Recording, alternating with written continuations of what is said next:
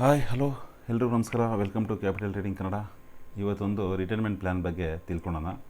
ನಮ್ಮ retirement plan ಯಾವ ಥರ ಇರಬೇಕು ಅನ್ನೋದ್ರ ಬಗ್ಗೆ ಒಂದು ಸ್ವಲ್ಪ ಗಮನ ಇರಲಿ. ಏಕೆಂದರೆ ಯಾರ ಮೇಲೂ ಡಿಪೆಂಡ್ ಆಗುವಂಥ ಅವಶ್ಯಕತೆ ಇರಲ್ಲ, ಆಯಿತಾ. ನಮ್ಮ ರಿಟೈರ್ಮೆಂಟ್ ಪ್ಲ್ಯಾನ್ ನಾವು ಇವಾಗಲೇ ಸೆಕ್ಯೂರ್ ಮಾಡ್ಕೊಂಡಿಲ್ಲ ಅಂತ ಹೇಳಿದ್ರೆ ಫ್ಯೂಚರಲ್ಲಿ, ಆಯಿತಾ, ತುಂಬ ಕಷ್ಟ ಬೀಳುವಂಥ ಪರಿಸ್ಥಿತಿ ಬರುತ್ತೆ. ಅದಕ್ಕೋಸ್ಕರ ರಿಟೈರ್ಮೆಂಟ್ ಪ್ಲ್ಯಾನ್ ಯಾವ ಥರ ಇರಬೇಕು, ಯಾವ ಥರ ನಾವು ಸೇವಿಂಗ್ಸ್ ಮಾಡ್ಕೊಂಡು ಹೋಗಬೇಕು, ನಮ್ಮ ರಿಟೈರ್ಗೆ ನಮಗೆ ಒಂದು ಖರ್ಚಿಗೆ ಯಾವ ಥರ ದುಡ್ಡು ಬರಬೇಕು. ಏಕೆಂದರೆ ಲೈಫ್ ಲಾಂಗ್ ಕೆಲಸ ಮಾಡ್ಕೊಂಡಿರೋಕ್ಕಾಗಲ್ಲ, ಆಯಿತಾ. ಅಲ್ಲಿ ಕೆಲಸ ಮಾಡೋಕ್ಕಿಂತ ಒಂದು ಲಿಮಿಟ್ ಏಜ್ ಇರುತ್ತೆ. ಆ ಲಿಮಿಟ್ ಏಜ್ ಆದಮೇಲೆ ನಾವು ಕೆಲಸ ಮಾಡೋಕ್ಕಾಗಲ್ಲ. ಮುಂಚೆ ಎಲ್ಲ 60 ಇಯರ್ಸ್ಗೆ ರಿಟೈರ್ಮೆಂಟ್ ಇರ್ತಾಯಿತ್ತು. ಅವಾಗ ಹೆಲ್ತಿ ಫುಡ್ ತಿಂದಿದ್ದಾರೆ, ಹೆಲ್ತಿಯಾಗಿರ್ತಾಯಿದ್ರು. ಇವಾಗೆಲ್ಲ 40 to 45 ಇಯರ್ಸ್ಗೆಲ್ಲ ನಾವು ಏನು ಮಾಡ್ತೀರಿ, ರಿಟೈರ್ಮೆಂಟ್ ತೊಗೊಳೋಂಥ ಅವಶ್ಯಕತೆ ಇರುತ್ತೆ, ಆಯಿತಾ. ಹೆಲ್ತ್ ಬಗ್ಗೆ ಚೆನ್ನಾಗಿರಲ್ಲ, ಆರೋಗ್ಯ ಸರಿ ಇರಲ್ಲ, ಆ ಕಾಯಿಲೆ ಈ ಕಾಯಿಲೆ ಈ ಥರ ಒಂದಲ್ಲ ಒಂದು ಬರ್ತಾನೆ ಇರುತ್ತೆ. ಅದಕ್ಕೋಸ್ಕರ ನಾವು ರಿಟೈರ್ಮೆಂಟ್ ಪ್ಲ್ಯಾನ್ ಯಾವ ಥರ ಇರಬೇಕು ಅನ್ನೋದ್ರ ಬಗ್ಗೆ ಇವಾಗಲೇ ನಾವು ಕಾಳಜಿ ವಹಿಸಿ, ಆಯಿತಾ, ನಾವು ಪ್ರೀ ಪ್ಲ್ಯಾನ್ ಮಾಡ್ಕೊಂಡಿಲ್ಲ ಅಂತ ಹೇಳಿದ್ರೆ ತುಂಬ ತೊಂದರೆ ಅನುಭವಿಸ್ಬೇಕಾಗತ್ತೆ ಫ್ಯೂಚರಲ್ಲಿ, ಆಯಿತಾ. ಏಕೆಂದರೆ ಯಾವುದೇ ಮಕ್ಕಳ ಮೇಲಾಗಲಿ ಯಾರ ಮೇಲೂ ನಾವು ಡಿಪೆಂಡ್ ಆಗುವಂಥ ಅವಶ್ಯಕತೆ ನಮಗೆ ಇರಲ್ಲ. ಅದಕ್ಕೋಸ್ಕರ ನಾನು ಇವತ್ತೊಂದು ರಿಟೈರ್ಮೆಂಟ್ ಪ್ಲ್ಯಾನ್ ಬಗ್ಗೆ ಜಸ್ಟ್ ಒಂದು ಎಕ್ಸ್ಪ್ಲೇನ್ ಮಾಡ್ತಾಯಿದ್ದೀನಿ, ಯಾವ ಥರ ಇರಬೇಕು ಅನ್ನೋದ್ರ ಬಗ್ಗೆ. ಜಸ್ಟ್ ಇದ್ರ ಬಗ್ಗೆ ಒಂದು ಸಿಂಪಲಾಗಿ ಅರ್ಥ ಮಾಡ್ಕೊಂಬರೋಣ. ಇವಾಗ ನೋಡಿ, ನಾನು ಇಲ್ಲೇನು ಹೇಳ್ತೀನಿ ಅಂತ ಹೇಳಿದ್ರೆ SIP ಅಂತ ಹೇಳ್ತಿರಲ್ಲ, SIP ಅಂತ ಎಲ್ಲರೂ ಗೊತ್ತಿರಬೇಕು. ಸಿಸ್ಟಮ್ಯಾಟಿಕ್ ಇನ್ವೆಸ್ಟ್ಮೆಂಟ್ ಪ್ಲ್ಯಾನ್ ಅಂತ ಹೇಳ್ತೀರಿ SIP ಅಂತ ಹೇಳಿದ್ರೆ. ಈ SIP ಯಾವ ಥರ ಕೆಲಸ ಮಾಡುತ್ತೆ ಅಂತ ಹೇಳಿದ್ರೆ, ಆಯಿತಾ, ಇದರೊಳಗೆ ಜಸ್ಟ್ ನೀವು ಒಂದು ಅರ್ಥ ಮಾಡ್ಕೊಳ್ಳಿ. SIP ಕ್ಯಾಲ್ಕುಲೇಟರಲ್ಲಿ, ಆಯಿತಾ, ನಾವು ಮಂತ್ಲಿ ಅರೌಂಡ್ 12,500 ರೂಪಾಯಿ ಹಂಗೆ, ಅಂದರೆ ವರ್ಷಕ್ಕೆ 1.5 ಲಕ್ಷ ರೂಪಾಯಿ ಆಗುತ್ತೆ. ನೀವು ವರ್ಷಕ್ಕೆ ಒಂದು ಸರಿನಾದರೂ ಕಟ್ಬೋದು, ಇಲ್ಲಾಂದರೆ ಮಂತ್ಲಿನಾದರೂ ಕಟ್ಕೊಂಡು ಹೋಗ್ಬೋದು, ಆಯಿತಾ. ನೀವು ವರ್ಷಕ್ಕೆ ಕಟ್ಟೋಕ್ಕೆ ಕೆಪಾಸಿಟಿ ಅಂತಾರೆ, ವರ್ಷಕ್ಕೆ ಒಂದು ಸರಿ ಕಟ್ಕೊಳ್ಳಿ. ಇಲ್ಲ, ನಾನು ಕೆಲಸ ಮಾಡ್ತಾಯಿದ್ದೀನಿ, ನನಗೆ ಮಂತ್ಲಿ ಸ್ಯಾಲ್ರಿ ಬರ್ತಾಯಿದೆ, ಸ್ಯಾಲ್ರಿ ಥರ ನಾನು ಮ್ಯಾನೇಜ್ ಮಾಡ್ಕೊಂಡು ಕಟ್ಕೊಂಡು ಹೋಗ್ಬೋದು ಅನ್ನೋಂಗಿದ್ರೆ ನಿಮ್ಮ ಖರ್ಚುಗಳನ್ನ ಸ್ವಲ್ಪ ಕಡಿಮೆ ಮಾಡಿ. ಅನ್ನೆಸರಿ ಖರ್ಚು ಏನು ಬರುತ್ತೆ, ಅನ್ನೆಸೆಸರಿ ಖರ್ಚುಗಳನ್ನ ಕಡಿಮೆ ಮಾಡಿಕೊಂಡು ಸ್ವಲ್ಪ ಸೇವಿಂಗ್ಸ್ ಮಾಡಿ ತಿಂಗಳು 12,500 ರೂಪಾಯಿಗೆ ವರ್ಷಕ್ಕೆ ಮಿನಿಮಮ್ 12% ಹಾಕಿದ್ದೀನಿ ನಾನು, ಆಯಿತಾ. 15 to 18% ಸಿಗುತ್ತೆ, ಬೇಡ ನಮಗೆ 12%, ಮಿನಿಮಮ್ 12% ರಿಟರ್ನ್ ಜೊತೆಯಲ್ಲಿ, ಆಯಿತಾ. ಅರೌಂಡ್ ಒಂದು 12 ಇಯರ್ಸು, ಆಯಿತಾ, 12 ವರ್ಷ.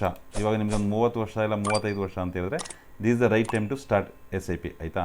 25 ವರ್ಷದಿಂದ 30 ವರ್ಷವರೆಗೂ ಸ್ವಲ್ಪ ಹೊಸ ಕೆಲಸ, ಫ್ಯಾಮಿಲಿ ಅದು ಇದು ಅಂತಿರುತ್ತೆ. 30 ವರ್ಷ ಆದಮೇಲೆ ಶುರು ಮಾಡಿ, ಆಯಿತಾ. 12 ವರ್ಷಕ್ಕೆ 12% ರಿಟರ್ನ್ ಹಂಗೆ ತಿಂಗಳು 12,500 ರೂಪಾಯಿ ನೀವು ಶುರು ಮಾಡ್ಕೊಂಡೋದ್ರೆ ನಿಮಗೆ ಇನ್ವೆಸ್ಟ್ ಆಗಿರೋದು ಬಂದುಬಿಟ್ಟು ಎಷ್ಟಾಗುತ್ತೆ, 18 ಲಕ್ಷ ರೂಪಾಯಿ ಇನ್ವೆಸ್ಟ್ಮೆಂಟ್ ಮಾಡಿರ್ತೀರ ನೀವು. ಎಷ್ಟು? 18 ಲಕ್ಷ ಇನ್ವೆಸ್ಟ್ಮೆಂಟ್ ಮಾಡಿರ್ತೀರ.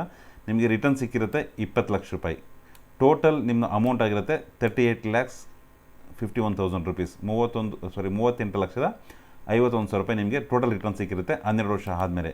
ಇದರಿಂದ ನಾವು ಯಾವ ಥರ ನಾವು ಲೈಫ್ ಸೆಕ್ಯೂರ್ ಮಾಡ್ಕೊಬೋದಪ್ಪ ಅಂತ ಹೇಳಿದ್ರೆ, ಅದಕ್ಕೆ ಜಸ್ಟ್ ಇನ್ನೂ ಒಂದು ಹೇಳ್ತೀನಿ. ಅದಕ್ಕೆ SWP ಅಂತ ಹೇಳ್ತೀವಿ ನಾವು, ಅಂದರೆ ಸಿಸ್ಟಮ್ಯಾಟಿಕ್ ವಿಡ್ರಾವಲ್ ಪ್ಲ್ಯಾನ್ ಅಂತ ಹೇಳ್ತೀರಿ, ಆಯಿತಾ. ಈ ಸಿಸ್ಟಮ್ಯಾಟಿಕ್ ವಿಡ್ರಾವಲ್ ಪ್ಲ್ಯಾನಲ್ಲಿ ಯಾವ ಥರ ಮಾಡ್ಕೊಬೇಕಪ್ಪ ಅಂತ ಹೇಳಿದ್ರೆ, ಇಲ್ಲಿ ನಮ್ಗೆ ಎಷ್ಟು ಅಮೌಂಟ್ ಸಿಕ್ತು, 38,50,000 ರೂಪಾಯಿ, ಆಯಿತಾ. 38,50,000 ರೂಪಾಯಿ ನಮ್ಗೆ ಅಮೌಂಟ್ ಸಿಕ್ಕಿದೆ. ನಮಗೆ ಮಂತ್ಲಿ ಅರೌಂಡ್ ಒಂದು 25,000 ರೂಪೀಸ್ ಬೇಕು, ಆಯಿತಾ. ಮಂತ್ಲಿ 25,000 ರೂಪಾಯಿ ಬೇಕು. ರಿಟರ್ನ್ಸ್ ಎಷ್ಟು ಬೇಕು ನಮಗೆ? 10% ರಿಟರ್ನ್ ಥರ. ಅಂದರೆ ಇದು ನಮ್ಮ ಅಮೌಂಟು ಆ್ಯನ್ಯುಯಲಿ ವರ್ಷಕ್ಕೆ, ಈ 38 ಲಕ್ಷ ವರ್ಷಕ್ಕೆ 10% ಗ್ರೋತ್ ಆಗಿ ಅದ್ರ ಜೊತೆಯಲ್ಲಿ ನಮಗೆ 25,000 ರೂಪಾಯಿ ರಿಟರ್ನ್ ಬರಬೇಕು, ಆಯಿತಾ. ಎಷ್ಟು ವರ್ಷಕ್ಕೆ ಬೇಕು? ನೆಕ್ಸ್ಟ್ 30 ಇಯರ್ಸ್ಗೆ. ಒಂದು 40 ಇಯರ್ಸ್ ಆದಮೇಲೆ, 45 ಇಯರ್ಸ್ ಆದಮೇಲೆ ನೆಕ್ಸ್ಟ್ 30 ಇಯರ್ಸ್ ದೇವ್ರು ನಮ್ಗೆ ಆಯ್ಸ್ ಚೆನ್ನಾಗಿ ಕೊಟ್ಬಿಟ್ಟು ಹೆಲ್ತ್ ಚೆನ್ನಾಗಿದ್ದು ನೆಕ್ಸ್ಟ್ ಒಂದು 30 ವರ್ಷ, ಅಂದರೆ ಒಂದು 70-75 ವರ್ಷ ಅವರು ನಾವು ಬದುಕಿದ್ದೀವಿ ಅಂತ ಹೇಳಿದ್ರೆ ಯಾರ ಮೇಲೂ ಡಿಪೆಂಡ್ ಆಗುವಂಥ ಅವಶ್ಯಕತೆ ಇರಲ್ಲ. ಅದಕ್ಕೋಸ್ಕರ ಹೇಳ್ತಾ ಇದ್ದೀನಿ, ಆಯಿತಾ. ನಾವು ಇನ್ವೆಸ್ಟ್ಮೆಂಟ್ ಮಾಡಿರೋದೆಷ್ಟು 38,50,000 ರೂಪಾಯಿ ಇನ್ವೆಸ್ಟ್ಮೆಂಟ್ ಮಾಡಿದ್ದೀರಿ, ಆಯಿತಾ. ನಮಗೆ ವಿಡ್ರಾವಲ್ ಅಂದರೆ ಮಂತ್ಲಿ 25,000 ಥರ ನಾವು ವಿಡ್ರಾ ಮಾಡ್ಕೊಂಡೋದ್ರೆ 30 ವರ್ಷಕ್ಕೆ ಎಷ್ಟು ವಿಡ್ರಾ ಮಾಡಿರ್ತೀರಿ, ಆಯಿತಾ. ಮತ್ತು ತಿಂಗಳು 25,000 ಥರ ವಿಡ್ರಾ ಮಾಡ್ಕೊಂಡೋದ್ರೆ 30 ವರ್ಷಕ್ಕೆ ಅರೌಂಡ್ 90 ಲ್ಯಾಕ್ಸ್, ಅಂದರೆ 90 ಲಕ್ಷವರೆಗೂ ವಿಡ್ರಾ ಮಾಡಿರ್ತೀರಿ, ಆಯಿತಾ. ನಮ್ಮದು ಇನ್ವೆಸ್ಟ್ಮೆಂಟ್ ಎಷ್ಟು? 38,50,000 ರೂಪಾಯಿ ಮಾತ್ರ ಇನ್ವೆಸ್ಟ್ಮೆಂಟ್ ಮಾಡಿದ್ದು. ನಮಗೆ ಇಯರ್ಲಿ 10% ಗ್ರೋತ್ ಥರ ಮಂತ್ಲಿ 25,000 ರೂಪಾಯಿ ರಿಟರ್ನ್ ತೊಗೊಂಡು ನಾವು, ಆಯಿತಾ, 30 ವರ್ಷವರೆಗೂ 90 ಲಕ್ಷ ರೂಪಾಯಿ ನಾವು ರಿಟರ್ನ್ ತೊಗೊಂಡಿರ್ತೀರಿ, ಆಲ್ಮೋಸ್ಟ್ ವಿಡ್ರಾ ಮಾಡಿಬಿಟ್ಟಿರ್ತೀರಿ. ಅದಾದಮೇಲೂ ನಮ್ಮ ಹತ್ರ, ಆಯಿತಾ, ಇಷ್ಟು ಅಮೌಂಟ್ ಅವೈಲೇಬಲ್ ಸಿಗುತ್ತೆ, ಆಯಿತಾ. ಫೈನಲ್ ವ್ಯಾಲ್ಯೂ ಅಂದರೆ ನಮಗೆ ಇದೆಲ್ಲ ರಿಟೈರ್ಡ್ ಆಗಿ ಇದೆಲ್ಲ ವಿಡ್ರಾ ಎಲ್ಲ ಆದಮೇಲೂ ಸಹ, ಆಯಿತಾ, 30 ವರ್ಷ ಆದಮೇಲೆ 1,56,00,000 ಚಿಲ್ಲರೆ ನಮಗೆ ಅಮೌಂಟು ರಿಟರ್ನ್ ಸಿಗುತ್ತೆ, ಆಯಿತಾ.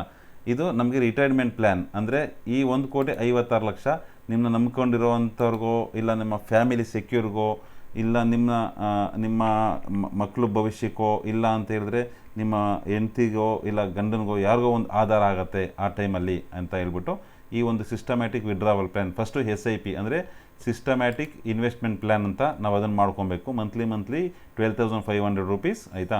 ಅಂದರೆ ನೀವು 12,500 ಮಾಡಬೇಕಂತ ಇಲ್ಲ, ನಿಮ್ಮ ಕೆಪಾಸಿಟಿ ಮೇಲೆ 100 ರೂಪಾಯಿಂದ ಆಯಿತಾ 1 ಕೋಟಿವರೆಗೂ ಮಾಡ್ಕೊಂಡು ಹೋಗ್ಬೋದು. It's depend upon your capacity ಮೇಲೆ ನೀವು ಮಾಡ್ಕೊಂಡು ಹೋಗ್ಬೇಕಾಗತ್ತೆ ಆಯಿತಾ. ನೀವು ಎಷ್ಟು ಬೇಕಾದರೂ ಮಾಡ್ಕೊಂಡು ಹೋಗ್ಬೋದು. ಈ ಥರ ಪ್ಲ್ಯಾನ್ ಮಾಡ್ಕೊಳ್ಳಿ. ನಾನು ಈ 12,500 ಯಾಕೆ ಎಕ್ಸಾಂಪಲ್ ಕೊಟ್ಟೆ ಅಂತ ಹೇಳಿದ್ರೆ, ನಮಗೆ ಆ ಒಂದು 55 ವರ್ಷ 60 ವರ್ಷ 70 ವರ್ಷ ಆಗೋ ಟೈಮಲ್ಲಿ ಆಯಿತಾ ನಮಗೆ ರಿಟರ್ನ್ಗೆ ಅಂದರೆ ಒಂದು 25,000 ರೂಪಾಯಿ ರಿಟರ್ನ್ ಬರ್ತಾಯಿದ್ರೆ ಒಂದು ಟ್ಯಾಬ್ಲೆಟ್ಗೋ ಇಲ್ಲ ಒಂದು ಊಟ ತಿಂಡಿಗೋ ಇಲ್ಲ ಒಂದು ರೇಷನ್ಗೋ ಏನಕ್ಕೋ ಒಂದಕ್ಕೆ ಆಯಿತಾ ಖರ್ಚಿಗೆ ಮಿನಿಮಮ್ 25,000 ಬೇಕಾಗುತ್ತೆ. ಇವಾಗ ನೀವು 5,000 ಖರ್ಚು ಮಾಡ್ತಾ ಇದ್ದೀರಾ ಮಾತ್ರೆಗೆ ಅಂದರೆ ನೆಕ್ಸ್ಟ್ 30 ಇಯರ್ಸ್ ಆದಮೇಲೆ ಅದು 25,000 35,000 ರೂಪೀಸ್ ವರ್ತ್ ಆಗಿರುತ್ತೆ.